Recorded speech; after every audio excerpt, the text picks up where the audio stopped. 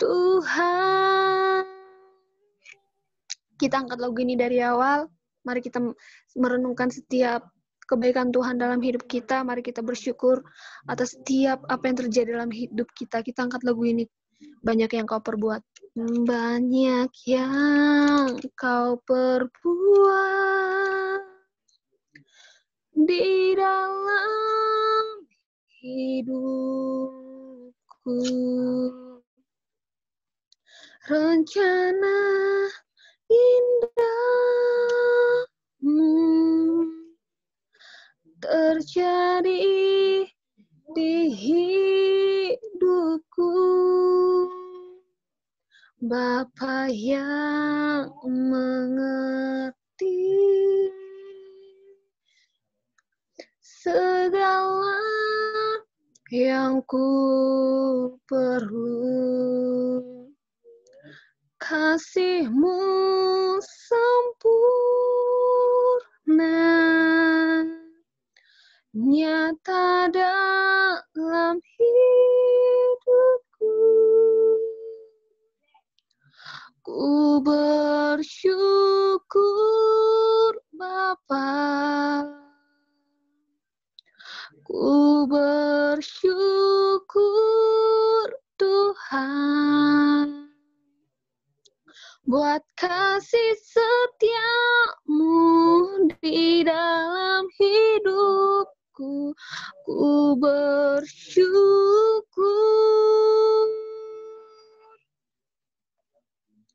ku bersyukur Bapa, ku bersyukur Tuhan, buat kasih setia-Mu di dalam hidupku. Ku bersyukur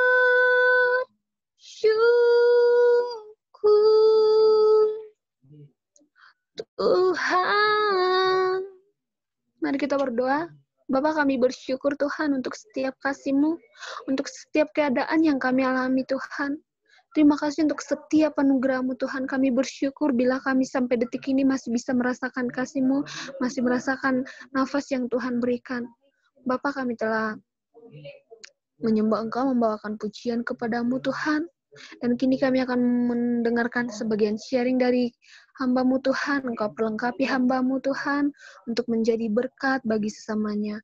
Bapa, biarlah setiap renungan yang kami dengar atau sharing Tuhan bisa kami tanamkan, bisa kami renungkan, bahkan bisa kami lakukan hanya untuk menyenangkan-Mu.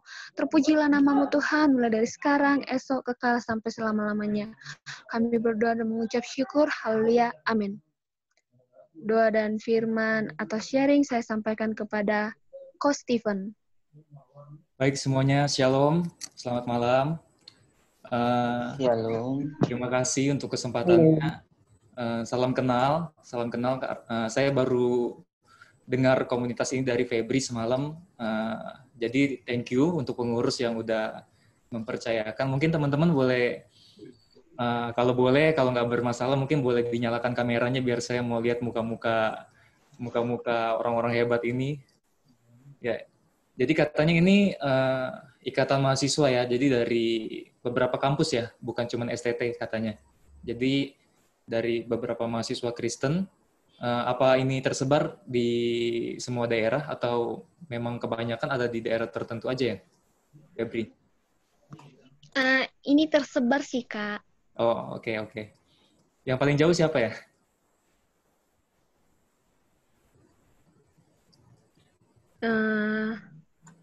Kayaknya aku deh di ujung-ujung. Karena kan besok. Oke. Thank you semuanya sekali lagi untuk malam hari ini.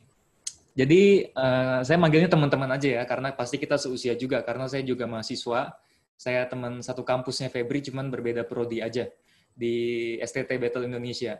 Oke, teman-teman, mungkin host boleh izinkan saya untuk share screen materi saya, kalau boleh. Mungkin bisa dibuka.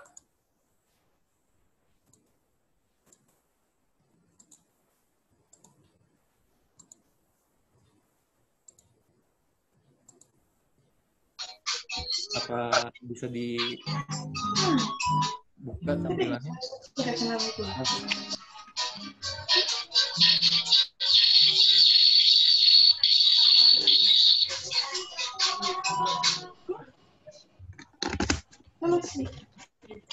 Ya, jadi saya ada materi yang mau saya tampilkan juga, karena mungkin kalau lewat Zoom itu biasanya agak susah ya, untuk menyampaikan sesuatu itu agak susah, nggak kayak khotbah biasa tatap muka. Jadi malam hari ini, teman-teman semua, kita mau bicara mengenai percaya yang benar. Nah, tentu teman-teman tahu sendiri, kalau kita udah bicara soal percaya, itu pasti sesuatu yang udah melekat dalam kehidupan orang-orang Kristen. Sesuatu yang sudah melekat di dalam kehidupan kita sebagai anak-anak Tuhan. Nah, cuman yang menjadi permasalahan, percaya itu, atau yang biasa kita kenal juga dengan kata beriman. Jadi kata percaya atau beriman juga dipakai oleh agama-agama lain yang diisi oleh konsep agama tersebut. Jadi kata percaya atau kata beriman itu bukan cuma dikenakan atau dipakai oleh kita orang-orang Kristen. Kata percaya itu bukan cuma dipakai oleh orang-orang Kristen di gereja atau orang-orang, kalau kita bilang orang percaya, mungkin kita definisinya ke orang percaya Yesus. Tapi orang Islam juga bisa dibilang orang percaya. Percaya kepada siapa? Percaya kepada Tuhannya, percaya kepada nabinya. Begitu juga agama-agama lain. Dan mereka punya konsep tersendiri mengenai kata percaya ini. Nah, teman-teman yang jadi pertanyaan, berarti kita itu harus mengetahui, harus mengerti sebenarnya percaya versi kita itu seperti apa. Nah, ini yang malam hari ini saya mau bahas sama teman-teman semua, bagaimana seharusnya kita memiliki konsep percaya, konsep beriman yang benar, bukan cuma sekedar percaya kepada Tuhan, percaya Yesus itu Tuhan atau bagaimana gitu. Nah, malam hari ini kita mau belajar tentang kata ini. Saya dikasih waktu kurang lebih 30 menit, jadi saya nggak akan lama-lama.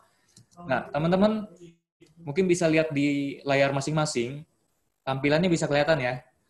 Kita sedikit belajar karena kita semua di sini mahasiswa, jadi it's okay. Nah, dalam bahasa Ibrani, kata percaya atau iman itu adalah aman. Dalam bahasa Ibrani itu disebutnya aman dari bahasa aslinya. Sedangkan dalam bahasa Yunani, iman itu atau percaya terjemahan dari kata pistis, pistis yang artinya kepercayaan atau penyerahan diri kepada seseorang. Nah, seperti bahasa Indonesia juga punya kata kerja, begitu pula bahasa Yunani. Kalau misalnya kata doa, kata kerjanya berarti berdoa. Nah, begitu juga dengan pistis ini. Kata kerja dalam bahasa Yunaninya itu adalah pisteuo. Teman-teman yang mungkin pernah dengar pisteuo, artinya apa?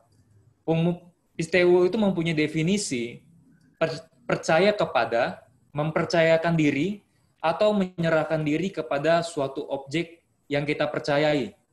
Nah, ini kita harus tahu dulu secara etimologi percayanya kita itu seperti apa. Kalau percaya itu juga merupakan kata kerja yang artinya bukan cuma sekedar dalam pikiran, tapi juga merupakan sesuatu yang bisa kita perbuat, sesuatu yang bisa kita lakukan, sesuatu yang bisa kita kerjakan. Karena percaya itu juga punya kata kerja, bukan cuma sekedar sesuatu yang stuck di dalam pikiran kita. Sampai sini paham ya? Sampai sini paham ya? Jadi, kita harus mengerti dulu secara etimologi sebenarnya percaya itu seperti apa. Nah, teman-teman, kita sekarang, kalau dari saya sendiri, saya membaginya dalam dua konsep atau dua dimensi, bisa disebut dua dimensi, mengenai percaya atau iman itu sendiri. Yang pertama, percaya bahwa karya dan penebusan Yesus Kristus telah selesai 2000 tahun yang lalu. Nah, pengimanan seperti ini tuh disebut pengimanan akali atau persetujuan pikiran. Contoh simpelnya tuh gini, teman-teman. Contoh simpelnya tuh gini. Teman-teman kalau ditanya, percaya nggak Yesus itu Tuhan? Percaya nggak? Percaya. Oke. Terus, percaya nggak Yesus sudah mati di kayu salib 2000 tahun yang lalu? Percaya nggak? Percaya. Percaya ya. Percaya nggak bahwa Yesus itu adalah Mesias? Percaya nggak bahwa Yesus itu adalah Juru Selamat? Percaya nggak? Percaya kan? Percaya berarti bahwa Yesus juga pernah hidup 2000 tahun yang lalu di Palestina, di Israel. Percaya? Percaya kan?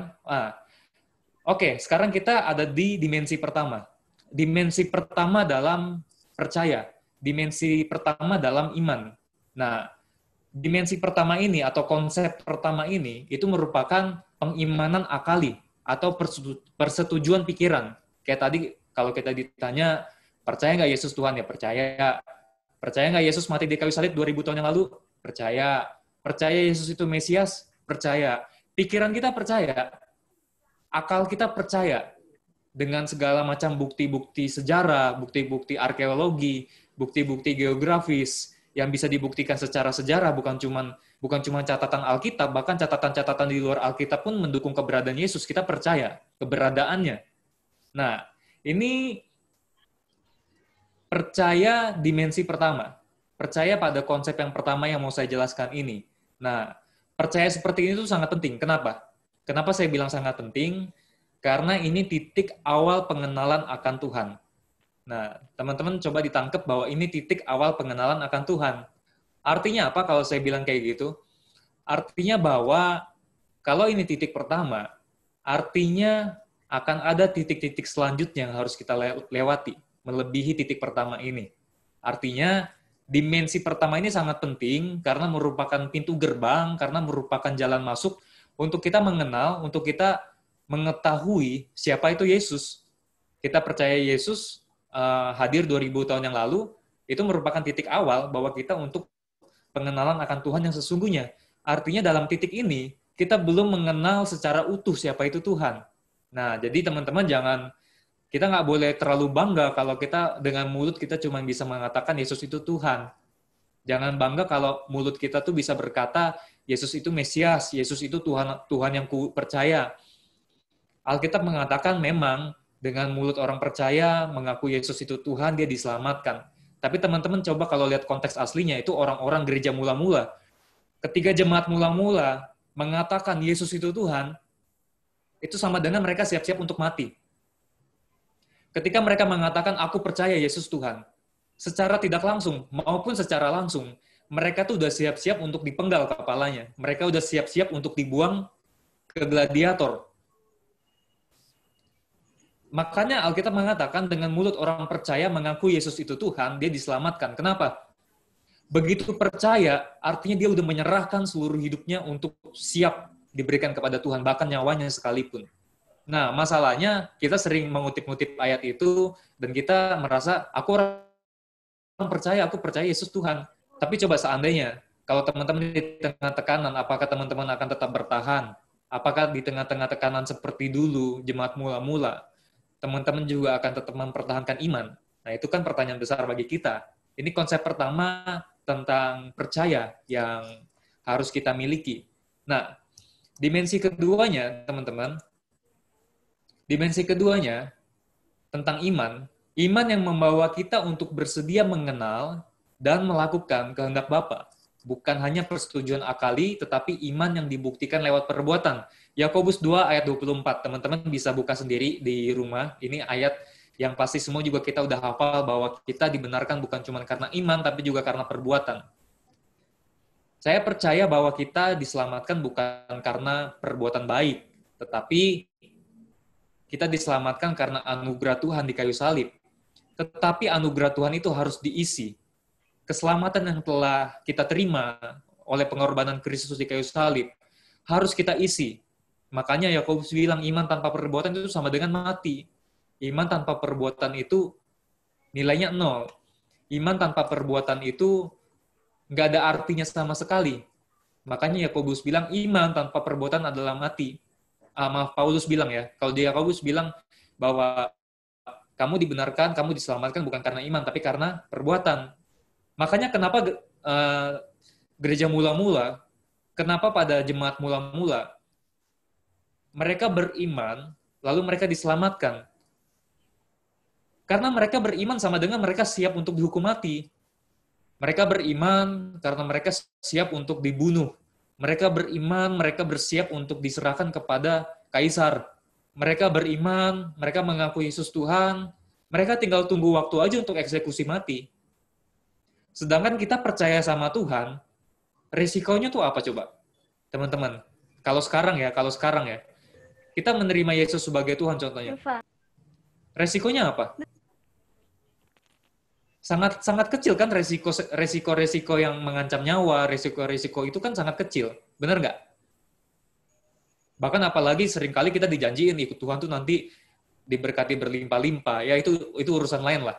Tapi intinya konsekuensi mengikut Tuhan zaman sekarang dengan konsekuensi mengikut Tuhan zaman dulu, zaman para rasul itu berbeda.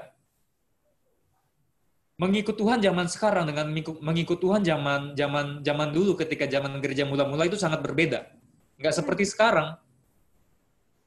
Jadi makanya kita bisa mengerti kenapa dengan mulut saja Alkitab mengatakan mengapa dengan mulut saja mengatakan percaya Yesus Tuhan diselamatkan. Karena mereka udah bersiap-siap untuk dihukum mati. Mereka udah bersiap-siap untuk dipenggal kepalanya. Mereka udah siap-siap untuk dibuang ke gladiator, dimakan oleh singa. Sejarah mencatat, bukan cuma Alkitab yang mencatat. Itu fakta sejarah, teman-teman. Betapa luar biasanya jemaat mula-mula pada saat itu mempertahankan imannya. Sekarang, mulut kita mengaku Yesus Tuhan, pertanyaannya perbuatan kita menunjukkan nggak kepercayaan kita kepada Tuhan? Ini dimensi kedua yang harus kita miliki setelah dimensi pertama tadi.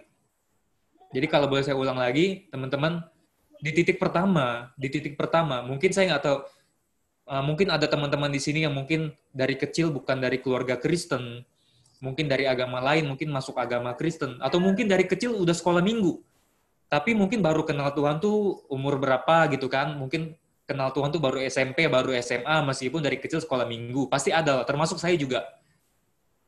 Titik pertama, itu pasti kita percaya Yesus Tuhan. Titik pertama, kita mengakui Yesus itu Tuhan.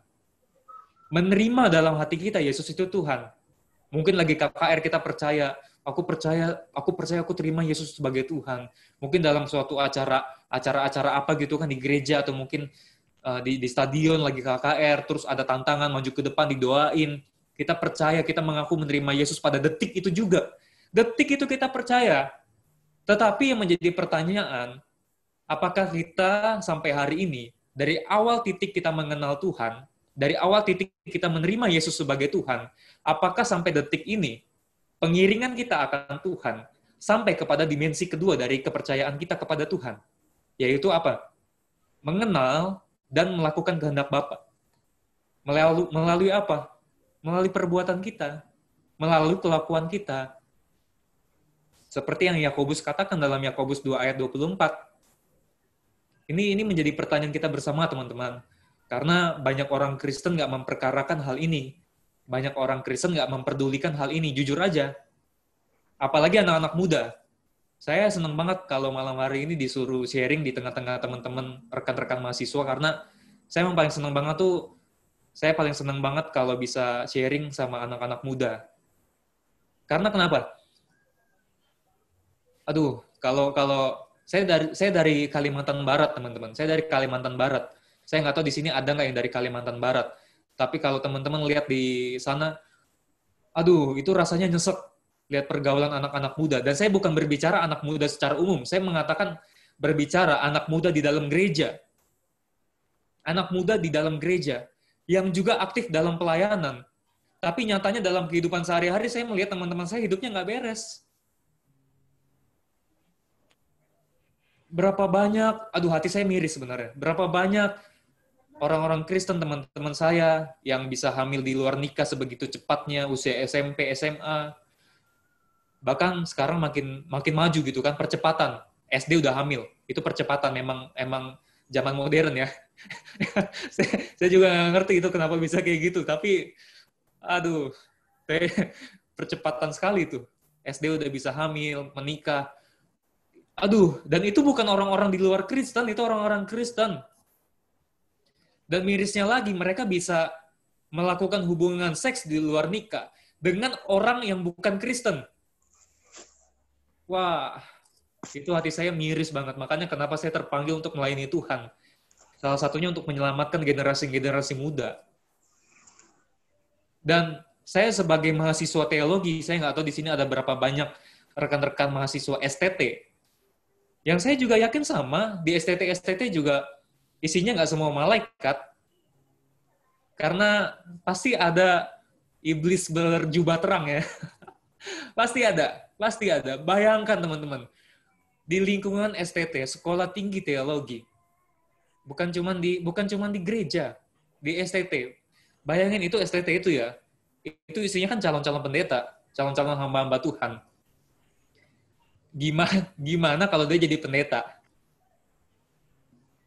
Ujian aja masih nyontek, kuliah aja masih bolos, banyak alasan ke dosen, kebohongin dosen.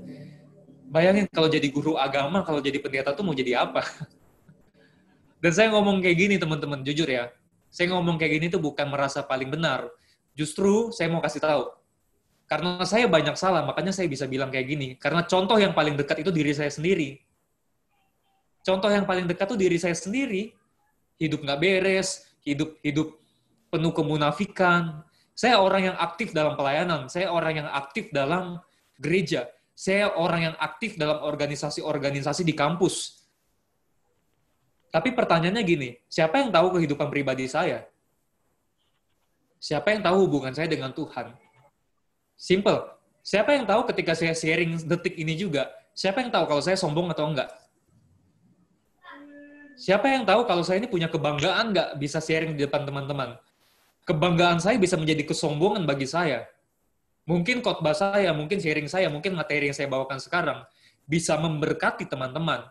Tapi di balik itu semua, apakah hati saya tulus? Apakah hati saya murni? Apakah saya nggak punya maksud lain di balik pelayanan ini? Itu menjadi pertanyaan besar. Dan nggak ada yang tahu selain diri kita sendiri dengan Tuhan. Karena saya punya banyak kesalahan, karena saya mengakui diri saya pun seperti itu, maka saya bisa mengatakan hal ini. Kalau orang-orang yang nggak mengakui dirinya, pasti nggak akan berani ngomong kayak gini. Pasti nggak akan berani.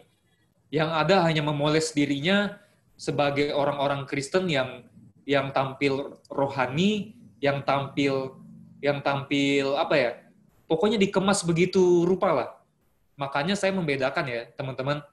Sebagai orang Kristen, ada yang namanya esensi, ada yang namanya atribut. Ini di luar materi ya. Ada yang namanya esensi, ada yang namanya atribut. Kalau atribut itu ya, contohnya nih, saya pakai baju yang bagus, misalnya saya pakai jas, saya pakai dasi, saya pakai kemeja yang bagus, atau mungkin saya pakai barang-barang mahal, pakai jam tangan mahal, Apple Watch misalnya, mungkin saya pakai barang-barang branded. Kelihatannya bagus, tapi apakah kehidupan saya, keuangan saya bagus? Mungkin itu hasil saya mencuri, mungkin hasil saya korupsi, mungkin hasil saya dari nipu orang. Esensinya di situ. Esensinya kita bukan orang kaya, tapi atributnya mau pakai atribut orang kaya. Nah, begitu juga kita kan, orang-orang Kristen. Begitu juga kita orang-orang Kristen, khususnya anak-anak sekolah Alkitab. Kita memakai jubah kerohanian. Kita memakai tampilan sebagai anak-anak Tuhan, tanda kutip. Kalau ketemu orang, shalom. Kalau ketemu orang, puji Tuhan. Kalau ada masalah, ya ampuni aja lah, mereka nggak tahu apa yang mereka perbuat. Tapi dalam hati saya pengen tahu kalau kita dendam atau enggak. Ketika kita bilang shalom, contohnya gini, kita lagi berantem sama teman kita deh. Kita lagi berantem sama teman kita. Terus kita bilang shalom. Shalom itu artinya damai sejahtera bagimu dan bagiku. Damai sejahtera dari Allah melingkupi dirimu dan diriku. Shalom. Makna shalom itu dalam, teman-teman. Kalau kita mengatakan shalom kepada orang yang lagi berselisih dengan kita, kalau hati kita nih nggak beres, bukankah shalom yang kita sampaikan dengan mulut kita itu artinya kita munafik? Shalomnya kita, itu atribut yang kita pakai. Tetapi esensi dalam hati kita nggak sungguh-sungguh mengucapkan shalom. Di gereja kita menjadi worship leader, di gereja kita menjadi menjadi pelayan-pelayan Tuhan. Di gereja, saya nggak tahu, mungkin di sini ada nggak yang dari gereja mainstream, mungkin kita mengambil bagian dalam paduan suara, pelayanan-pelayanan gerejawi, kita aktif dalam khotbah misalnya, khotbah, sharing. Itu kan atribut-atribut, tapi esensinya siapa yang tahu? Kita sombong atau enggak? Kita di keluarga menghormati orang tua kita apa enggak? Dengan orang-orang terdekat kita menjadi batu sandungan atau enggak? Ketika kita melihat teman-teman yang membutuhkan pertolongan, kita menolong atau enggak? Itu menjadi pertanyaan besar bagi kita, dan itu berkaitan dengan iman yang saya jelaskan pada malam hari ini. Jadi mari kita koreksi diri kita. Apakah iman yang kita miliki itu sudah seperti ini? Makanya balik lagi ke pertanyaan tadi. Bedanya itu apa? Bedanya dari kedua hal ini itu apa? Bukannya cukup percaya Yesus itu Tuhan, kita udah selamat. Bukannya percaya Yesus itu Raja di atas segala raja. Bukannya percaya Yesus itu Juru Selamat. Bukankah percaya Yesus itu Mesias, kita udah selamat? Nih, jawabannya. Kalau cuma percaya Yesus itu Tuhan, setan juga percaya. Yakobus 2 ayat 19, teman-teman buka. Kalau cuma percaya Yesus itu Tuhan, setan juga percaya. Artinya apa? Maaf ya, bukannya mengagungkan setan. Setan tuh lebih hafal Alkitab daripada kita. Iblis tuh lebih hafal Alkitab daripada kita. Makanya ketika Yesus dicobai di padang gurun, Iblis tuh mengutip ayat-ayat Alkitab. Iblis mengutip ayat-ayat Alkitab. Iblis pun mengakui Yesus itu Tuhan. Iblis pun mengakui bahwa Yesus itu anak Allah. Kalau kita cuma percaya Yesus itu Tuhan, seperti di dimensi pertama, bukan berarti tadi konsep pertama salah. Konsep pertama itu penting, awal pengenalan kita akan Tuhan. Tapi kalau percaya kita, kalau iman kita, kalau pistis kita, cuma sampai di konsep pertama, apa bedanya kita, maaf kata, dengan setan? Apa bedanya? Nggak ada bedanya kan? Sama-sama percaya kan Yesus Tuhan? Sama dong, setan juga percaya. Bayangin teman-teman, setan lebih hebat dari agama-agama sebelah. Agama sebelah nggak percaya Yesus itu Tuhan. Tapi setan percaya Yesus Tuhan. Yakobus 2 ayat 19. Dalam Injil pun dikatakan, setan gemetar. Bukan cuma percaya, setan gemetar. Setan gemetar ketika bertemu dengan Tuhan. Setan gemetar. Artinya benar-benar mereka percaya, mengakui keberadaan Yesus sebagai Tuhan. Mengakui benar-benar sungguh-sungguh bahwa Yesus itu anak Allah. Masa kita kalah sama setan? Kita nggak boleh kalah sama setan. Nah, yang jadi pertanyaannya gini. Ada satu hal yang setan nggak bisa lakukan. Ada satu hal yang setan nggak bisa lakukan. Mau tahu apa? Setan nggak bisa melakukan kehendak Bapa. Setan nggak bisa melakukan kehendak Tuhan. Makanya tadi, kenapa saya bagi dua konsep percaya. Konsep pengimanan akali, persetujuan akali, dengan konsep iman yang mengenal serta melakukan kehendak Tuhan. Kalau kita cuma berdiam pada konsep pertama, setan juga percaya. Tapi kalau kita melangkah di konsep kedua yang tadi ini, kalau kita melangkah sampai titik ini, setan nggak mungkin bisa lakukan. Kalau setan melakukan kehendak Tuhan, buat apa dia jadi setan? Ya nggak? Bener ya? Buat apa jadi setan? Nah, pertanyaan sekarang saya balik.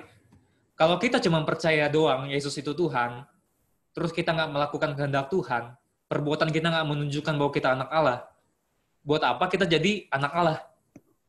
Maaf, kasarnya, kenapa kita nggak jadi setan aja sekalian? Maaf, kalau saya ngomong kayak gini. Karena agama sebelah tuh nggak percaya bahwa Yesus Tuhan, tapi setan percaya Yesus Tuhan.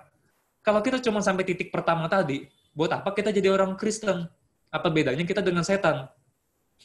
Saya rasa teman-teman nggak mau dibandingin dengan setan, kan? Makanya saya juga nggak mau.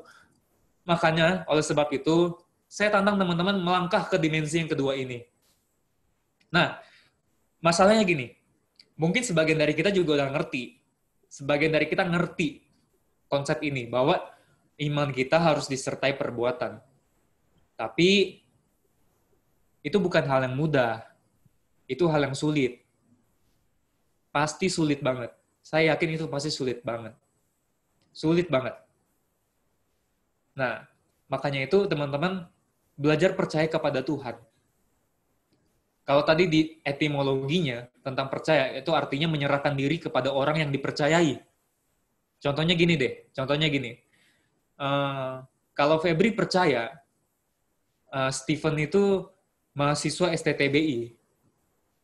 Febri baru percaya bahwa saya itu statusnya sebagai mahasiswa di STTBI. Ngerti ya? Paham ya? Febri ini percaya Stephen itu mahasiswa STTBI, Prodi Teologi, angkatan 2017. Dia percaya status saya sebagai mahasiswa.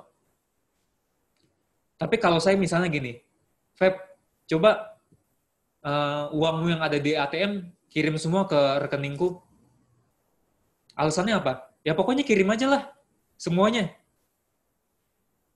Alasannya nggak jelas. Febri mau kirim nggak uangnya ke saya? Kalau Febri mau kirim uangnya, dia percaya kepada pribadi saya. Dia nggak mempertanyakan alasan saya untuk kirim uang. Dia nggak mempertanyakan alasannya kenapa dia harus kirim uang ke saya.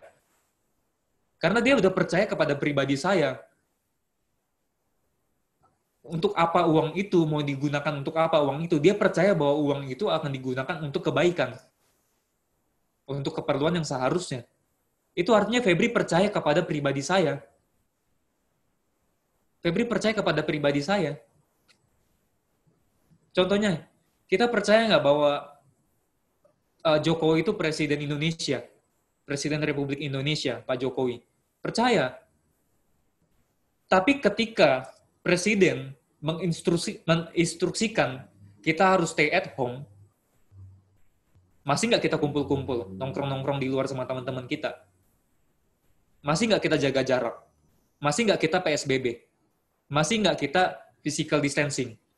Masih nggak kita melakukan protokol kesehatan? Kita percaya bahwa kita percaya kepada status pemerintah, tetapi kita nggak percaya sama pemerintah. Ketika pemerintah bilang A, kita nggak mau nurut. Ketika pemerintah bilang B, kita nggak mau nurut. Bukankah kita nggak percaya kepada keputusan pemerintah itu?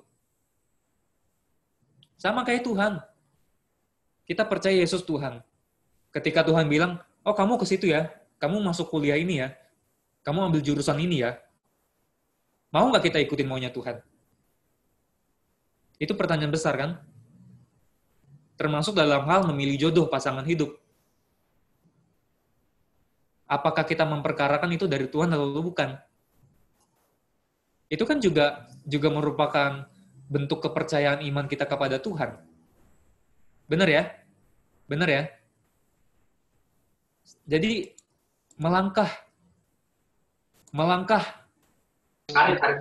mulai melangkah bagaimana kita benar-benar memiliki tindakan yang menunjukkan bahwa kita anak Allah. Mulai melangkah.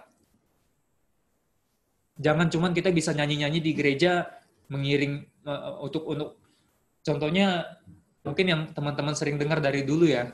Yang teman-teman sering dengar dari dulu, kita sering ngomong tuh gampang. Saya mau iring Yesus. Saya mau iring Yesus sampai selama-lamanya. Gampang kan kita ngomong? Meskipun saya susah, menderita dalam dunia, saya mau iring Yesus sampai selama-lamanya. Hidup lu aja belum susah, lu nggak serius ikut Tuhan. Hidup kita belum susah aja, kita nggak serius ikut Tuhan, apalagi kalau kita susah. Bagaimana kita menghidupi lagu itu? Kita harus jujur. Teman-teman, percayalah. Saya mengakui diri saya itu banyak kekurangan, saya mengakui diri saya itu banyak kesalahan, perbuatan saya masih banyak yang melukai hati Tuhan. Tapi saya benar-benar menyadari kebenaran ini yang saya sampaikan kepada teman-teman dan saya berusaha untuk menghidupinya. Makanya saya bisa bicara seperti ini. Dan itu sulit, teman-teman. Kita udah benar-benar aja mau berubah, itu sulit. Apalagi kalau kita nggak punya perjuangan untuk berubah. Nggak akan pernah bisa berubah. Jangan berharap bisa berubah. Kalau yang sungguh-sungguh aja setengah mati, serius. Sungguh-sungguh aja setengah mati, apalagi kita nggak sungguh-sungguh. Nggak akan bisa, saya jamin nggak akan bisa. Nggak akan bisa. Nah, saya tantang teman-teman miliki iman seperti ini, yuk. Jangan hanya percaya Yesus itu Tuhan, jangan hanya mengakui Yesus sudah mati di kayu salib, bangkit pada hari ketiga, naik ke surga, mengakui kredo, pengakuan iman di gereja, tetapi percaya juga pribadinya, bukan statusnya, pribadinya, percaya kepada kehendaknya. Kalau Tuhan bilang A, ikutin A. Percaya pada rancangannya. Bukan jarang ya, bukan jarang. Tetapi sering Tuhan membawa kita pada posisi yang sukar. Posisi yang tidak masuk akal. Posisi yang nggak adil. Sering loh. Tuhan bawa kita kepada keadaan tuh yang kayaknya tuh nggak jelas. Tuhan bawa kita kepada keadaan tuh yang kayaknya, kok gini sih Tuhan? Kok hidupku ikut Engkau malah makin gak beres sih? Teman-teman jangan bangga kalau dalam setiap doa permintaan teman-teman tuh dikabulin sama Tuhan. Jangan bangga. Itu Tuhan yang jahat. Tapi Tuhan yang baik itu, Dia mengetahui apa yang menjadi kebutuhan kita tanpa perlu kita minta. Hidup kita tuh penuh dosa. Yang kita minta sama Tuhan kadang-kadang tuh nggak sesuai dengan kehendak Tuhan. Yang kita minta kadang-kadang membawa kebinasaan kepada kita. Bayangkan kalau Tuhan mengabulkan semua permintaan kita, Dia Tuhan yang jahat. Karena kadang-kadang permintaan kita tuh nggak beres. Kadang-kadang kita nggak sadar kalau permintaan kita tuh menjerumuskan kita kepada kebinasaan. Kalau Tuhan menjawab doa kita, mengabulkan permintaan kita, Tuhan tuh jahat loh. Tapi nyatanya Tuhan kita tuh Tuhan yang baik. Kebaikan Tuhan itu diukur dari seberapa Tuhan itu mengenal kita. Makanya itu Tuhan pasti jawab doa kita. Tidak sesuai dengan apa yang kita minta, tetapi sesuai dengan apa yang Dia kehendaki. Makanya kita harus berdoa sesuai dengan apa yang Tuhan kehendaki. Bukan sesuai dengan apa versinya kita. Namun jika kita percaya pribadinya, kita akan tetap maju. Kita akan tetap berjuang. Kita akan tetap percaya, meski tiada dasar bagi kita untuk berharap. Kalau diibaratkan ya, ini perumpamaan yang sering saya kasih, perumpamaan yang sering saya gambarkan. Di depan itu, sebagai penutup ya teman-teman, di depan itu ya, ibaratnya tuh kita melihat jalan ke depan itu berkabut. Kabutnya tuh tebal banget. Jangankan 10 meter, 5 meter ke depan aja tuh nggak kelihatan apa-apa. 5 meter loh. 5 meter ke depan aja, kita nggak bisa lihat apa-apa. Tapi kalau kita jalan selangkah demi selangkah, jalan selangkah demi selangkah, selangkah demi selangkah, lama-lama kabut itu hilang. Teman-teman pasti pernah kan? Pernah kan kalau misalnya pagi-pagi mungkin yang ada di daerah, pagi-pagi kan masih banyak embunnya ya. Itu kan kayaknya melihat ke depan itu kalau kita di puncak, kita di gunung itu kan sering ya. Kalau itu kan embunnya tuh tebal banget, kabutnya tuh tebal banget. Kita lihat ke depan, 5 meter ke depan tuh nggak kelihatan apa-apa. Tapi kalau kita maju terus, lama-lama kabutnya hilang juga. Nah, tapi kita bukan orang yang berjalan tanpa arah. Kita mengikuti jejak kakinya Tuhan. Kita mengikuti langkahnya Tuhan. Makanya saya dalam doa pribadi, saya sering bilang, Tuhan, berjalanlah di depanku, dan aku mengikuti Engkau dari belakang. Karena jalan di depan tuh berkabut, nggak bisa lihat apa-apa. Tapi saya cuma bisa ikutin langkah kakinya Tuhan, saya cuma bisa ikutin jejaknya Tuhan, selangkah demi selangkah, selangkah demi selangkah. Sampai lama-lama kabut itu hilang, baru kita melihat kemuliaan Tuhan. Baru kita bisa melihat pelangi sehabis hujan. Setia dulu. Jangan ada badai kabur. Hadapi badai itu. Dan kita menghadapinya nggak sendiri. Makanya kan pernah ada satu pujian, seringku tak mengerti jalan-jalan Tuhan, bagai di belantara yang kelam. Bagai di belantara yang kelam, nggak bisa lihat apa-apa. Tapi ketika kita mengikuti Tuhan, kita tetap percaya kepada Tuhan. Kita tetap maju, tetap melangkah, meski tiada dasar untuk berharap. Jadi, ayo miliki iman seperti itu. Sama-sama kita berjuang. Saya nggak lebih baik dari teman-teman. Mungkin teman-teman di sini mungkin lebih baik dari saya. Saya mengakui banyak kekurangan saya. Tapi kita sama-sama berjuang untuk berubah. Apalagi kita masih muda. Jangan tunggu dewasa, jangan tunggu tua. Karena kalau kita udah tua, makin susah untuk berubah. Justru karena kita masih muda, dalam masa proses pembentukan ini, mari kita berubah, semakin seperti Yesus. Dan yang terakhir, teman-teman, Tuhan Yesus memberkati. Oke, saya kembali serahkan kepada pengurus, apakah langsung doa firman atau bagaimana?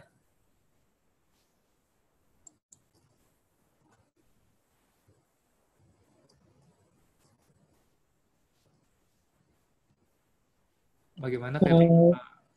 Ya. Langsung doa penutup aja, Bang. Doa firman sama doa penutup. Nanti kita masuk sesi sharing tanya-jawab. Oh, ada tanya-jawab ya? Iya, kita bisa sharing-sharing dari kebenaran atau firman yang sudah disampaikan oleh Kak Joshua. Terima kasih. Oke, mari kita berdoa. Bapa di surga, kami mengucap syukur untuk malam hari ini di persekutuan yang indah, persekutuan yang manis, karena Engkau juga bersama-sama dengan kami hadir melalui Zoom ini. Kami percaya kebenaran yang telah ditaburkan memberkati dan mengubah hidup kami. Bukan cuma orang-orang yang mendengarkan, bahkan hamba-Mu juga yang menyampaikan semakin berubah, Tuhan. Biarlah kebenaran ini bukan hanya sampai kepada titik ini, tapi Roh Kudus mengawal, Roh Kudus membimbing agar kebenaran ini bisa semakin dihidupi dari hari ke hari. Bapa, ampuni setiap kesalahan kami, ampuni setiap pelanggaran kami yang masih melukai perasaan Tuhan, melukai hati Tuhan. Biarlah hidup kami sehari demi hari ke hari semakin menyenangkan hati Tuhan. Hanya Engkau yang kami cinta, hanya Engkau yang kami banggakan. Kami percaya, kami mengasihi Tuhan. Kami menghargai Engkau lebih dari segala-galanya. Terima kasih Bapa, kami menyelesaikan, kami menutup sharing pada malam hari ini. Kami serahkan segala kemuliaan ke dalam tangan-Mu, biarlah Engkau yang dimuliakan, ditinggikan atas segala-galanya. Terima kasih. Dalam nama Yesus kami berdoa dan mengucap syukur. Sama-sama yang percaya kita berkata, amin. Oke, saya serahkan kepada teman-teman.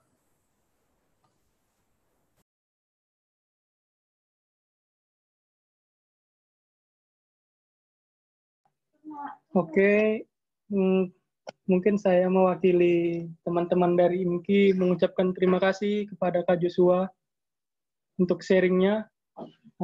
Sangat memberkati kami sekalian yang hadir. Nah, yang kedua saya mohon maaf, saya nggak bisa tampilin wajah karena tadi saya nampilin wajah suaranya putus-putus. Lagi mendung, saya di Medan soalnya, Kak. Nah, jadi kita sekarang masuk ke sesi bisa bertanya mengenai firman atau ada yang sharing dari firman yang sudah dibagikan. Teman-teman yang mau sharing boleh langsung buka videonya atau raise hand. Silakan, kita menunggu.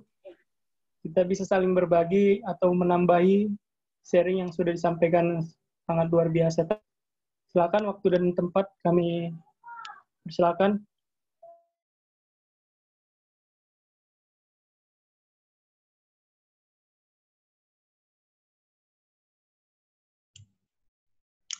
Oke. Terima kasih Kak Joshua Stephen. Sungguh memberkati, khususnya saya pribadi.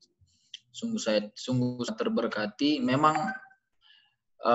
kepercayaan kita kepada Tuhan itu harus memiliki buah yang benar-benar kita itu disebut orang percaya, gitu kan. Banyak orang yang asal-asalan percaya tapi nggak ada buah gitu dan segala macam. Jadi kepercayaan kita itu benar-benar bukan asal-asalan gitu. Seperti yang disampaikan Kak Joshua, harus ada perbuatan bentuk dari kepercayaan kita itu. Jadi sungguh memberkati secara pribadi, buat saya sangat memberkati. Kira-kira itu sih yang bisa saya tambahin. Terima kasih Kak Joshua. Sama-sama bro, Tuhan berkati. Nah, mungkin dari saya juga, Kak Joshua Stephen, saya sangat bisa dibilang diberkati oleh penyampaian firman-Nya, bagaimana kita beriman, yang percaya, kita yang benar. Kita dikatakan juga harus melebihi ahli-ahli Taurat. Nah, itu juga kita harus bisa. Dan tadi dikatakan juga iblis pun percaya, bahkan mereka gemetar. Masa kita kalah sama iblis yang bisa dibilang suatu, gimana saya ngomongnya juga gimana gitu, susah. Pokoknya kita harus bisa melampaui kuasa-kuasa kegelapan ini. Ya, dengan cara kita harus bisa melekat dan tadi berjalan sama Tuhan, kita mengerti Tuhan dengan benar gitu. Saya juga terberkati oleh ada sebuah kalimat tadi yang dikatakan, nggak selalu yang kita harapkan itu atau yang kita inginin itu yang akan diberikan Tuhan. Itu Tuhan yang jahat. Kalau apa yang kita mau Dia berikan, kan karena bisa jadi yang kita mau itu membawa kita kepada kebinasan kekal, salah pilih. Tapi Tuhan yang baik itu mengasihi kita dan malah memberikan apa yang menjadi kehendak-Nya, yang kita walaupun tidak mengerti, pasti nanti setelah kita menjalaninya pasti kita mengerti ini jalannya Tuhan. Kalau saya tidak ke sini pasti saya sudah binasa. Pasti kita menyadari itu nanti. Nah, itu saya sangat terberkati juga dan mau terus belajar. Saya masih belajar terus. Saya juga sekolah teologi, tapi saya memang masih jauh, masih mau belajar terus. Dan ini kebenaran mengingatkan, menguatkan kembali untuk terus percaya yang benar kepada Tuhan. Itu terima kasih banyak Kak Joshua Stephen. Mungkin yang lain juga bisa menambahi atau sharing, bertanya juga. Silakan.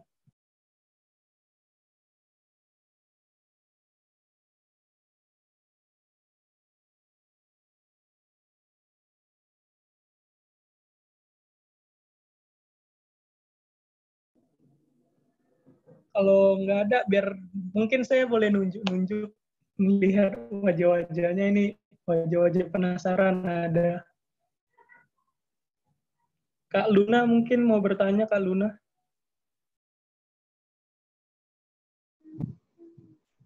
Halo, Shalom. Terima kasih Kak Joshua Stephen yang sudah menyampaikan firman yang sangat memberkati pada malam hari ini. Suara saya kedengaran ya, Kak? Kedengaran. Oke. Nah, yang seperti Kakak sampaikan tadi kan mengenai percaya. Percaya itu bukan sekedar perkataan, tapi juga perbuatan kita yang harus kita lakukan. Memang sulit.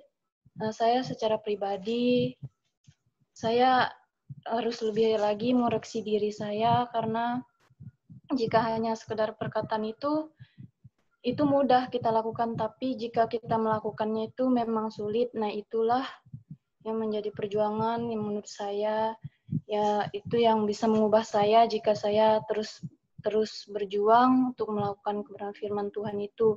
Seperti yang Kakak Joshua katakan tadi, bahwa kita bukan hanya sekedar berkata percaya, tapi juga perbuatan kita yang kita harus buktikan kepada Tuhan.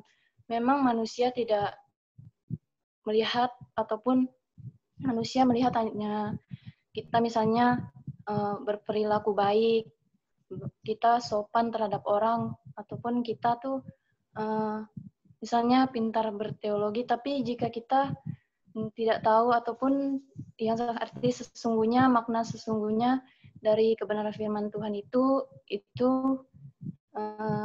seperti yang orang katakan biasanya itu adalah perbuatan yang cuma-cuma. Jika itu hanya sekedar perkataan, bukan perbuatan. Nah, ketika saya mendengar kebenaran firman Tuhan yang kakak sampaikan tadi, itu mengingatkan saya bahwa saya perlu lebih lagi mengoreksi diri saya. Karena kesalahan-kesalahan yang saya perbuat itu lebih banyak saya merasa daripada keberkenanan kepada Tuhan yang saya perbuat. Karena itu saya merasa yang dalam hidup saya belum cukup untuk melakukan semua untuk Tuhan. Tapi yang dapat saya alami bahwa sekedar cukup dalam misalnya materi itu boleh, tapi jika kita sekedar merasa cukup bersama Tuhan itu tidak boleh yang menurut saya. Karena jika kita merasa cukup hanya dengan Tuhan, kita misalnya sudah merasa cukup, kita berdoa, terus kita baca firman Tuhan, tapi itu yang menurut saya itu janganlah kita merasa cukup, karena bersama Tuhan itu tidak ada batasnya. Jadi perjuangan kita itu masih jauh. Apalagi di masa usia muda ini, seperti yang Kak Joshua sampaikan tadi, bahwa kita di usia muda ini harus mulai sekarang berubah. Jika sudah tua nanti, kita susah malah lebih sulit lagi membentuk hati maupun untuk rohani kita. Nah, hanya itu yang dapat saya sampaikan. Terima kasih. Oke, makasih Luna. Kita sama-sama berjuang kok. Sama-sama berjuang. Ya, kalau boleh sharing sedikit, makanya saya dari tadi berkali-kali bilang bahwa saya ini orang yang banyak salah. Saya orang yang banyak kekurangan. Justru makanya karena saya bisa bicara seperti tadi karena saya mengakui dan saya menyadari kesalahan saya menyadari kekurangan saya. Banyak orang tuh nggak berani jujur terhadap dirinya sendiri. Banyak orang nggak berani jujur terhadap dirinya sendiri. Banyak orang nggak berani jujur bahwa dirinya itu nggak beres. Makanya Tuhan nggak bisa mengubah hidupnya dia. Tapi karena kita mau mengakui kepada Tuhan bahwa kita ini penuh dosa. Kakak juga akui, sepanjang hari 24 jam, mungkin lebih banyak ketidakberkenanan daripada keberkenanan Tuhan. Dan itu menjadi perjuangan kita semua, yang mungkin orang menghakimi kita ya. Tapi balik lagi, yang tahu kita itu Tuhan. Minimal gini, kita mungkin belum sempurna, kita mungkin belum sesuai standarnya Tuhan. Tapi minimal, kita ada di jalur itu. Kita ada di jalan yang benar. Minimal kita dalam prosesnya itu loh. Karena Tuhan tuh bukan cuma melihat hasil dari proses, tapi Tuhan juga melihat dari jalannya proses itu. Jadi it's okay. Jangan merasa terhakimi oleh perbuatan salah yang kita perbuat. Kita berbuat salah, kita minta ampun. Kita minta ampun, maka Allah mengampuni. Dan Alkitab mengatakan, ketika Allah mengampuni, maka Allah melupakan. Nah, siapa kita? Kalau Allah aja melupakan, kok kita ingat-ingat kesalahan kita? Jangan. Karena Tuhan berurusan dengan kita hari ini, dan kita yang hari esok. Bukan kita yang kemarin. Jadi sama-sama kita berjuang. Luna, kalau Luna mengerti sharing tadi, kita harus kenalkan karena memang butuh perjuangan, nggak gampang. Butuh hubungan yang intim sama Tuhan, butuh benar-benar relasi yang intim sama Tuhan. Jadi ya pesan kakak ya selamat berjuang lah, selamat berjuang. Selamat berjuang habis-habisan. Dan jangan lupa, standar kita bukan berbuat baik ya. Standar kita tuh sempurna. Kalau cuma berbuat baik, agama-agama lain juga lebih baik dari kita kadang-kadang. Tapi Tuhan bilang, kita harus sempurna, seperti Tuhan. Artinya apa? Kalau orang berbuat baik, ya sekedar berbuat baik aja. Kayak kita dulu kalau kita berbuat baik, ya yang penting ada orang butuh pertolongan, kita kasih duit, contohnya. Sekarang kita udah nggak boleh kayak gitu lagi. Terus kayak gimana dong? Kenapa kita harus berbuat baik? Itu pertama. Kedua, bagaimana cara kita berbuat baik? Ketiga, kapan kita harus berbuat baik? Karena nggak semua orang tuh, maaf, ini mungkin kelihatannya egois, tapi enggak. Nggak semua orang yang minta tolong sama kita harus kita tolong. Kenapa? Contohnya gini, dia minta tolong ke kita karena dia males. Terus kita tolong terus. Di mata orang kita berbuat baik karena kita menolong dia. Tapi kalau kita baik menurut kehendak Tuhan, jangan-jangan Tuhan mau, kita nggak usah tolong dia pakai uang. Kita tolong dia untuk melatih dia berusaha, bekerja, sampai dia bisa mandiri. Bukankah itu lebih sempurna lagi dibandingkan cuma sekedar kasih uang kepada orang yang membutuhkan? Jadi kita bukan cuma sekedar berbuat baik di mata manusia, tapi bagaimana apa yang harus kita perbuat itu, kebaikannya kayak gimana. Cara kita menyalurkan kebaikan itu loh. Itu sempurna, harus sempurna. Jadi selamat berjuang Luna, sama-sama berjuang deh kita ya. God bless, oke?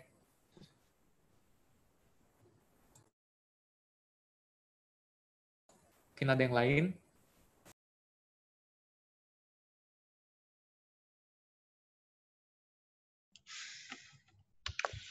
Oke, bro.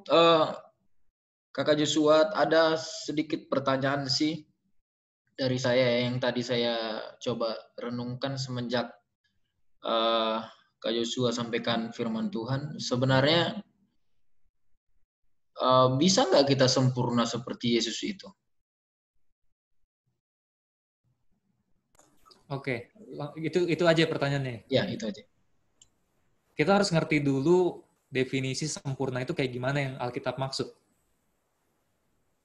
Sempurnanya kita nggak mungkin yang sama sempurnanya pribadi Yesus. Ya nggak mungkin. Kita aja dari lahir aja udah kayak begini kondisinya. Nah, tapi penekanannya tuh di sini. Kalau kita baca Filipi 2, bahwa dia mengosongkan dirinya menjadi sama seperti manusia. Kuncinya di situ.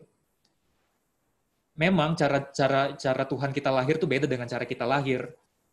Tetapi kehidupannya sama. Atau saya boleh katakan seperti ini. Yesus juga punya kesempatan untuk berbuat dosa. Dan Yesus bisa berbuat dosa. Tetapi dia memilih untuk tidak berbuat dosa. Teladan itu yang harus kita ikuti. Bagian itu yang harus kita ambil. Yesus dalam segala hal, Filipi mengatakan, disamakan. Artinya Yesus benar-benar sama seperti kita. Dia bisa berbuat dosa, tetapi dia memilih untuk tidak berbuat dosa. Memang ada beberapa teori mengatakan bahwa Yesus nggak bisa berbuat dosa.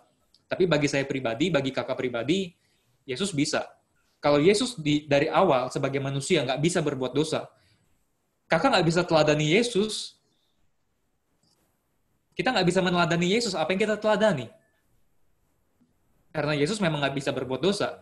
Tetapi ketika kita sadar bahwa Yesus bisa berbuat dosa, tetapi dia memilih untuk tidak berbuat dosa, maka kita sebagai manusia yang sama-sama berdosa, kita juga punya kesempatan untuk memilih berdosa atau enggak. Nah, tapi teman-teman, ingat, kita itu ya, dari lahir tuh, natur dosa kita tuh udah melekat. Bukan cuma didikan masyarakat. Orang tua kita pun sekalipun udah Kristen, punya nilai-nilai moral yang diturunkan oleh standar masyarakat kepada kita. Yang belum tentu itu standarnya Tuhan. Kita tuh melekat loh. Dosa itu melekat dalam diri kita. Dan untuk berubah, tidak berbuat dosa, itu butuh proses. Kalau kakak boleh singgung ini kakak nggak ngomongin teologi, dari segi psikologi, kakak suka banget sama psikologi, kakak sering belajar psikologi juga. Dari segi psikologi, manusia itu punya yang namanya tuh titik tidak balik. Biasanya sekitar umur 40 atau 50 tahun. Contohnya gini. Orang kalau kebiasaan makan sembarangan, kalau orang terbiasa makan sembarangan, sampai waktu titik tertentu, umur tertentu, sekalipun dia mungkin kena gula darah, kakinya diamputasi, dia tetap nggak bisa nahan nafsu makannya loh. Bener. Sama kayak orang udah sakaunya karena narkoba, karena obat-obatan, dia udah merusak tubuhnya, dia nggak bisa berhenti untuk pakai obat-obatan. Orang udah sakit parah karena perilaku kehidupannya, sampai titik tidak balik kalau dia nggak mau berubah. Sekalipun dia sakit-sakitan sampai mati, dia akan seperti itu, nggak bisa berubah. Karena udah melekat. Nah, sama kayak mengiring Tuhan. Kalau kita makanya kenapa tadi kakak tekankan dari muda. Kalau dari tua tuh udah susah, bahkan seremnya lagi. Bukan cuma susah, sampai titik nggak bisa balik lagi loh. Makanya kalau dari muda ini kita berbuat dosa, bukan berarti kita nggak berbuat dosa, kita tetap bisa berbuat dosa, tapi kan makin berubah. Makin hari makin berkurang, makin berhari makin tipis dosanya. Sampai satu titik di umur tertentu, di waktu tertentu, kita nggak bisa balik lagi ke dosa itu. Kalau kita terikat sama pornografi itu sama seperti narkoba. Itu mengikat, itu membuat candu. Benar-benar merusak pikiran. Kalau kita berusaha kita nggak mungkin, benar-benar nggak mungkin. Secara psikologi nggak mungkin. Orang kecanduan nonton film porno, terus bertobat besoknya langsung nggak nonton lagi. Kecuali memang mujizat ya, Roh Kudus berkarya. Tapi itu orang-orang tertentu juga, nggak semua orang. Pada umumnya butuh proses kan? Proses berminggu-minggu, bahkan bertahun-tahun, supaya dia lepas dari kecanduan pornografinya itu. Makanya kalau di narkoba itu ada namanya, Rehabilitasi. Kenapa harus rehabilitasi? Karena nggak bertobat menerima Yesus, terus nggak terikat lagi dengan narkoba. Enggak. Dia nggak pakai narkoba 1 hari itu sakit. Butuh proses rehab. Sama dengan pertobatan itu dari sehari ke sehari kita berjalan. Sampai satu titik kita nggak bisa lagi. Ditawarin narkoba tuh udah nggak bisa lagi. Nonton porno tuh nggak bisa lagi. Kalau sekarang mungkin kita kecanduan nonton porno. Terus besok beberapa tahun ke depan, kita nggak mau nonton porno. Kita nggak mau nonton porno, tapi kita masih punya gairah. Nafsu. Sampai satu titik kita udah nggak ada nafsu sama sekali untuk melihat kayak begituan. Kita mau ambil jalur ini. Kita mau ambil titik ini. Kita pilih jalan hidup seperti ini. Jangan sampai jalan hidup kita kecanduan, sampai satu titik kita nggak bisa balik lagi. Sampai satu titik kita nggak bisa balik lagi. Sempurnanya kita beda dengan sempurnanya Tuhan. Jangankan sempurnanya Tuhan. Sempurnanya saya dengan sempurnanya Bro Uli, itu beda. Itu beda. Contohnya gini, ini jawaban praktis ya. Menjadi hamba Tuhan tuh nggak mengikut Tuhan. Mengikut Tuhan itu nggak harus jadi pendeta. Mengikut Tuhan itu nggak harus sekolah Alkitab. Mengiring Tuhan itu nggak harus sekolah teologi. Saya mau katakan gini, lebih mulia dan lebih agung kalau kamu jadi pedagang, tetapi itu dipanggil Tuhan, dibandingkan kamu sekolah Alkitab jadi pendeta tapi nggak dipanggil Tuhan. Lebih mulia kamu jadi kalau saya pribadi, kalau Tuhan panggil saya jadi tukang nasi goreng, lebih mulia, lebih agung, lebih baik, lebih sempurna saya jadi tukang nasi goreng yang Tuhan kehendaki, daripada saya jadi pendeta yang Tuhan nggak kehendaki. Karena kita nggak tahu rancangan Tuhan terhadap diri saya menjadi tukang nasi goreng. Ada rencana yang mau Tuhan perbuat, pasti. Makanya itu, yang sekolah Alkitab nggak boleh bangga, seakan-akan paling hebat mengiring Tuhan. Enggak. Kita yang sekolah Alkitab karena panggilan. Yang nggak terpanggil, jangan masuk. Jalankan panggilanmu di bidang pekerjaanmu, di situ Tuhan berkarya. Kemana Tuhan panggil engkau? Itu baru sempurna. Kamu jadi pendeta kalau Tuhan nggak kehendaki, kamu nggak sempurna. Sama seperti Yesus ya. Sama seperti Yesus. Kenapa Yesus memilih tidak berbuat dosa? Kenapa? Karena dia melakukan kehendak Bapa. Makanya di Taman Getsemani dia bilang, jadilah padaku seturut kehendakmu. Jadilah kehendakmu, bukan kehendakku. Artinya apa? Yaitu, sempurnanya tuh seperti itu. Bisa nggak kita sempurna? Sangat bisa. Karena Alkitab sendiri yang memerintahkan kita untuk sempurna. Kalau Alkitab nggak mungkin memerintahkan sesuatu yang nggak bisa kita lakukan. Nah, tapi konsep sempurnanya itu harus kita mengerti. Kan kita kalau dengar kata sempurna kan serem ya. Seakan-akan tuh pokoknya harus benar-benar apa ya, di mata manusia tuh nggak ada cacat sama sekali. Ya memang itu titik awal, tapi yang melebihi semuanya itu, apakah yang kita lakukan, yang kita perbuat, jodoh yang kita pilih, pekerjaan yang kita pilih, sekolah yang kita pilih, apakah sesuai dengan kehendak Tuhan? Kalau sesuai, kamu menuju kesempurnaan. Jadi kesempurnaan itu relatif. Jangan menyamakan kesempurnaan secara lahiriah, tapi batin kita, batin.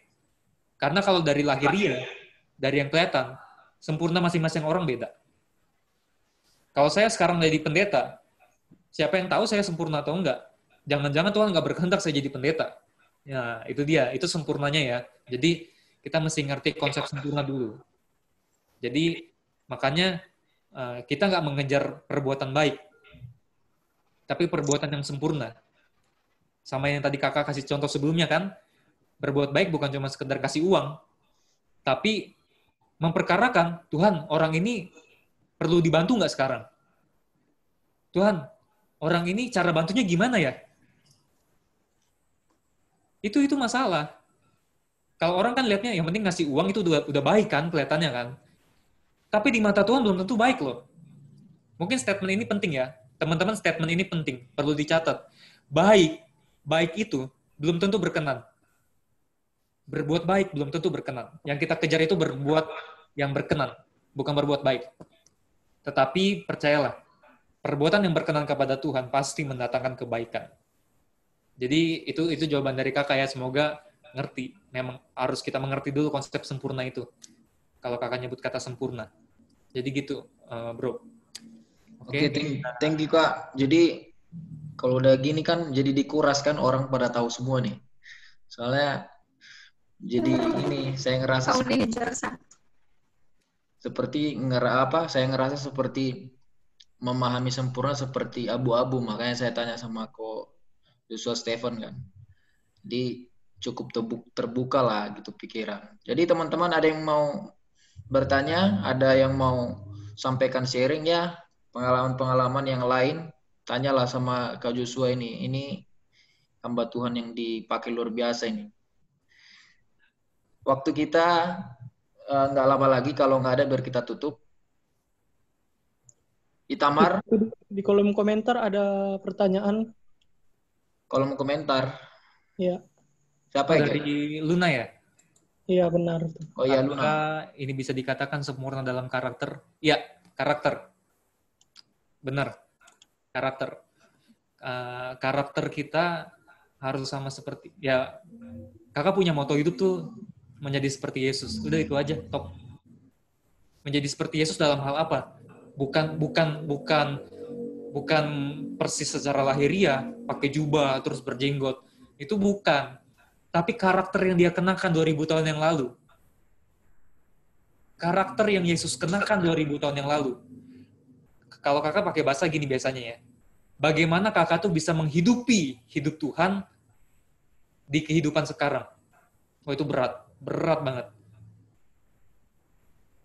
Hidup seperti apa? Ya tadi balik lagi, lakukan kehendak Bapa, bukan kehendak kita, benar-benar bagaimana kita sempurna dalam segala hal. Karena orang nggak mungkin bisa sempurna kalau dia nggak bisa jadi orang baik. Kamu harus baik dulu baru bisa sempurna. Kamu harus melatih dulu kebaikanmu itu. Kayak balik lagi contoh yang tadi. Dulu kita kan berbuat baik ya asal berbuat baik aja. Sekarang kita memperkarakan cara kita berbuat baik bagaimana, kapan kita harus berbuat baik, apakah waktunya sekarang. Kita melatih diri kita untuk berbuat baik dulu gitu. Baru kita bisa sampai tahap sempurna. Oke. Ada lagi? Oke, dari Itamar. Oke. Shalom Kak, saya mau bertanya, berbicara tentang kesempurnaan, bagaimana kita mengetahui bahwa harapan-harapan kita atau apa yang kita cita-citakan tidak bertentangan dengan kehendak Allah dalam hidup kita, dan ketika harapan kita yang kita rencanakan tidak sesuai dengan tujuan Allah dalam hidup kita, apakah itu membuat kita meleset, menyimpang dari proses kesempurnaan kita? Ya, ini pertanyaan bagus banget. Kita masih ada waktu sampai jam berapa ya, kalau boleh tahu? Oh, silakan aja Kak, gas aja Kak. Oke. Ini pertanyaan bagus dari Itamar, bagus banget. Berbicara tentang kesempurnaan, bagaimana mengetahui harapan-harapan kita? Ini pertanyaan pertama ya. Jawabannya tuh simpel tapi sulit untuk dilakukan. Bangun hubungan dengan Tuhan. Cuman itu doang. Contohnya gini, kalau kita punya sahabat, itu kan kita proses dari pergaulan setiap hari, komunikasi setiap hari, sering ketemu, sering negur, sering ngobrol, sering curhat bareng. Lama-lama kita nggak perlu tanya kamu suka apa, kita udah tahu sendiri kesukaan dia, bener nggak? Kita nggak perlu tahu yang dia mau apa, saking kenalnya kita sama dia, kita udah ngerti dia mau apa. Saking kenalnya kita sama sahabat kita, ketika dia kesusahan, sebelum dia ngasih tahu kesusahannya, kita udah tahu duluan dia sedang susah. Kita peka. Nah, jawabannya simpel kan, tapi susah. Kenapa? Butuh proses untuk melatih kepekaan. Dan itu harus dibangun setiap hari. Makanya saya, teman-teman, saya nggak tahu apakah teman-teman hubungan pribadi dengan Tuhan gimana. Karena jujur saya pribadi, saya mengurangi loh. Jujur aja, kakak mengurangi kegiatan-kegiatan komsel-komsel segala macam. Bukan berarti komsel salah, tapi kalau setiap hari komsel, pertanyaannya, kamu punya jam doa pribadi nggak sama Tuhan? Kakak punya jam doa pribadi nggak sama Tuhan? Makanya mungkin Febri tahu, kegiatan kami di asrama seminari Bethel, padatnya bukan main. Itu kakak sampai sering dalam hati itu mengeluh. Malam-malam itu jam 9 udah komsel kamar, pagi-pagi jam setengah 5 ya, atau jam berapa sih? Kita biasanya biston pagi, Feb? Pukul 4, Kak. Jam 4 ya, jam 4 itu udah bangun, udah harus mulai biston, doa pagi. Kadang kakak belum lagi mahasiswa ya, namanya mahasiswa kan kita tahu sendiri. Tugasnya numpuk bukan main. Mau cari waktu untuk doa pribadi itu udah, aduh, capek banget. Enak-enaknya kita beribadah bersama, nggak akan ada yang bisa mengalahkan keintiman pribadi kita dengan Tuhan. Dan itu yang harus kakak tekankan sama kalian. Bangun hubungan sama Tuhan. Kakak kadang-kadang suka malam-malam, kalau memang lagi tinggal bareng-bareng banyak orang, kadang-kadang malam-malam loh, nekat loh. Tunggu orang-orang tidur baru kakak berdoa, cari ke ruangan sendiri baru berdoa. Tapi kalau lagi tinggal sendiri, kadang-kadang pagi-pagi subuh udah bangun, berdoa. Mulai bangun kebiasaan seperti itu, bukan soal kapan jam doanya, tapi ada nggak? Jangan menyisihkan waktu, tapi memberikan waktu. Karena kita bohong kalau kita nggak punya waktu. Terkadang kita yang nggak memberi waktu kepada Tuhan. Makanya itu teman-teman, bangun hubungan sama Tuhan yang begitu intim. Dan itu butuh proses dari hari ke sehari. Makanya kalau kita bilang, ajarku memahami semua yang kau ingini, ya nggak bisa cuma sekali berdoa langsung Tuhan, kita dengar jawaban Tuhan. Makanya ini kakak kasih tahu ya, bohong banget tuh kalau ada teman-teman yang bilang, oh ini jodoh dari Tuhan. Kenapa kamu udah doa? Udah. Padahal doanya baru sekali. Setiap hari dia nggak berdoa sama Tuhan. Nggak mungkin dia bisa dengar suara Tuhan kayak begitu. Nggak mungkin dia peka. Kalau kita peka, tanpa perlu kita bawa ke jam doa pun, hati kita tuh udah ada gejolak. Udah ada frekuensi. Ini kayaknya bukan deh, ini enggak deh. Ada frekuensi, ada konektivitas. Kayak kita sama sahabat kita. Kita lihat sahabat kita, mungkin dia tetap ramah senyum, tapi ini kayaknya perasaan nih ada yang nggak beres deh dari dia nih. Kayaknya ada yang salah deh. Kayaknya dia ada masalah deh. Kita langsung peka. Sama kayak gitu. Bagaimana mengetahui harapan-harapan kita berkenan atau enggak, bertentangan atau enggak? Ya harus mulai bangun hubungan sama Tuhan, nggak bisa enggak. Jadi jawabannya simpel, tapi sulit. Makanya ayo berjuang, karena kakak juga berjuang setengah mati. Itu susahnya bukan main. Pertanyaan kedua, ketika harapan kita yang kita rencanakan tidak sesuai dengan tujuan Allah dalam hidup kita, apakah itu membuat kita meleset atau menyimpang dari proses kesempurnaan? Iya, betul. Dosa dalam bahasa Yunani, sebagian besar di Alkitab menggunakan kata hamartia. Hamartia itu artinya meleset. Nggak tepat sasaran. Kalau kita nembakin panah, itu kita tuh nggak sampai titik tengah. Kita meleset ke pinggir. Atau mungkin nggak ke pinggir-pinggir banget, tapi tetap aja kita nggak nembak panah gitu, nggak sampai ke titik tengah lingkaran itu. Itu hamartia. Itu meleset. Nah, tapi teman-teman, tergantung kasus ya. Contohnya gini. Kalau kita udah pilih pasangan hidup, terus kita udah terlanjur menikah, tapi ternyata pasangan hidup kita tuh nggak sesuai dengan apa yang Tuhan kehendaki. Contohnya. Apakah kita meleset? Jawabannya iya, meleset. Tapi kan nggak mungkin kita menceraikan dia. Nasi sudah jadi bubur. Ya makanlah bubur itulah. Ibaratnya gitu kan. Makanlah bubur itu. Nasi udah jadi bubur, ya makan aja buburnya. Karena Allah pun tetap akan berkarya. Resiko kita tanggung. Ya kita pilih pasangan yang bukan dari Tuhan, ya kalau ada masalah tanggung sendirilah. Jangan salahin Tuhan. Tapi kalau kita mau bertobat, Tuhan pun pasti akan menolong. Roh Kudus pasti akan bantu bagaimana kita melewati masa-masa yang sukar itu. Karena kalau kita mau bertobat, Tuhan nggak mungkin kasih kesempatan kepada kita untuk berubah. Itu kasus kalau memang udah terlanjur jadi bubur. Tapi kan ada kasus-kasus yang belum jadi bubur kan. Kita baru masukin nasinya ke panci, belum kita masak. Kan ada kasus-kasus kayak begitu. Nah, makanya benar-benar dibutuhkan kepekaan tadi di pertanyaan pertama. Sebelum kita jadikan nasi itu bubur, kita mesti peka dulu. Tuhan mau nggak ini jadi bubur ya? Nah, itu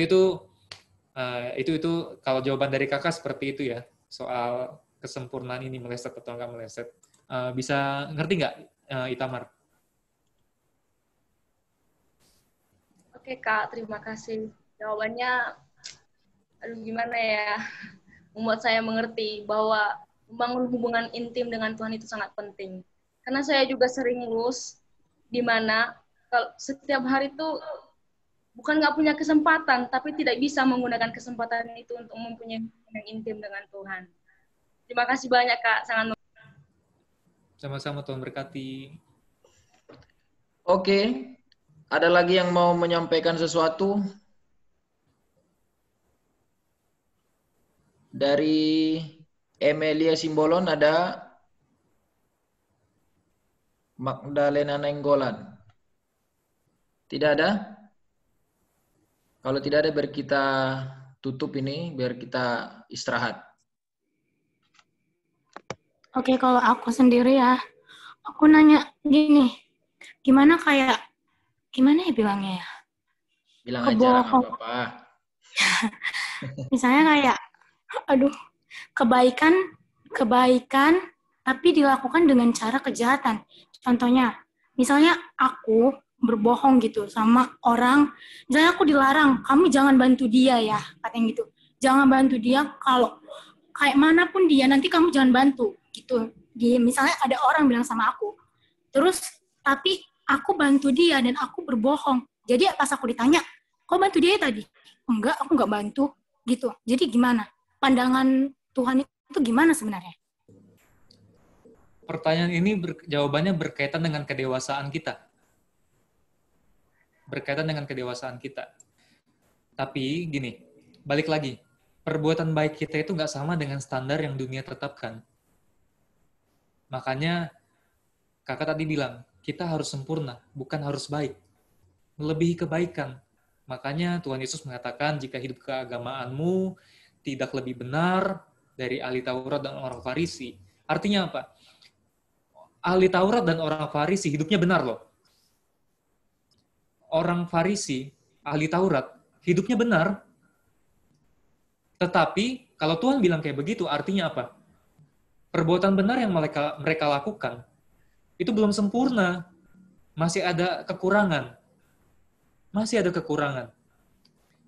Dari segi hukum, kalau kita baca Alkitab, Paulus dilihat dari hukum Taurat, hidupnya nggak bercacat. Orang-orang Farisi, ahli-ahli Taurat, berapa kali mengecam ketika Yesus menyembuhkan orang pada hari Sabat. Artinya apa?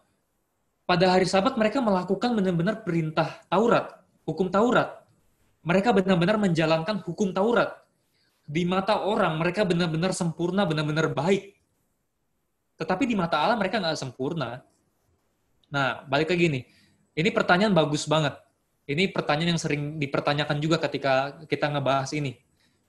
Gimana kalau berbuat baik, ibaratnya contohnya berbohong untuk kebaikan, contohnya kayak gitu kan. Ya balik lagi, apakah kita melakukan itu sesuai dengan apa yang Tuhan kehendaki? Apakah Tuhan menghendaki untuk kita melakukan itu? Makanya tadi kakak bilang, kita berbuat baik bukan cuma sekedar asal berbuat baik, tetapi kita tanya sama Tuhan, Tuhan, kapan aku harus berbuat baik untuk orang ini? Dan bagaimana caranya aku berbuat baik? Benar nggak? Bagaimana caranya aku berbuat baik? Melalui apa aku berbuat baik kepada dia?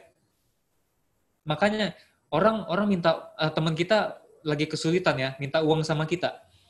Kalau kita punya kepekaan, misalnya aja nih, Tuhan nggak menghendaki untuk waktu itu juga, detik itu juga kita kasih uang ke dia. Teman-teman kita yang lain lihatnya apa?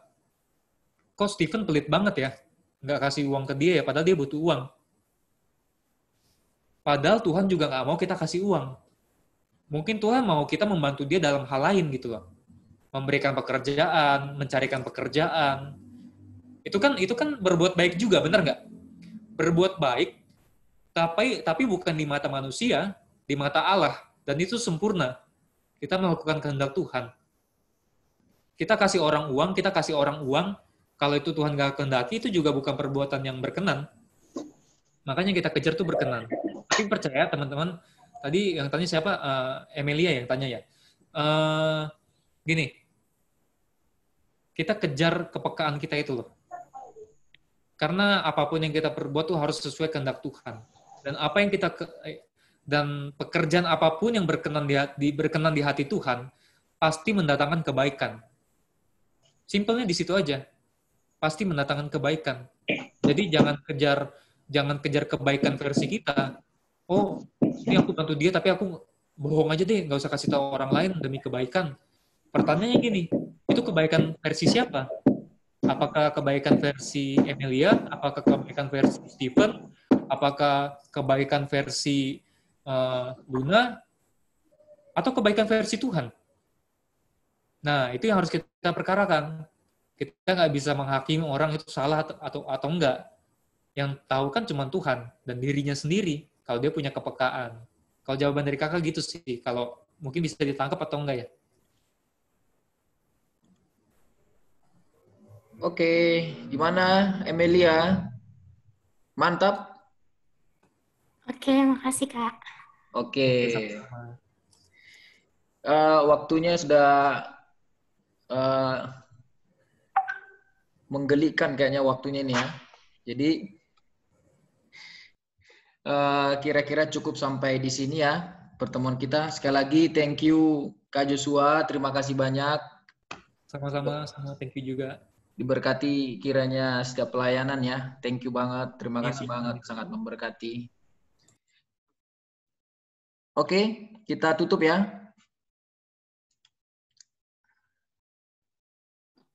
Ya Bang, silakan ditutup Bang. Oke, terima kasih semua yang sudah hadir ya.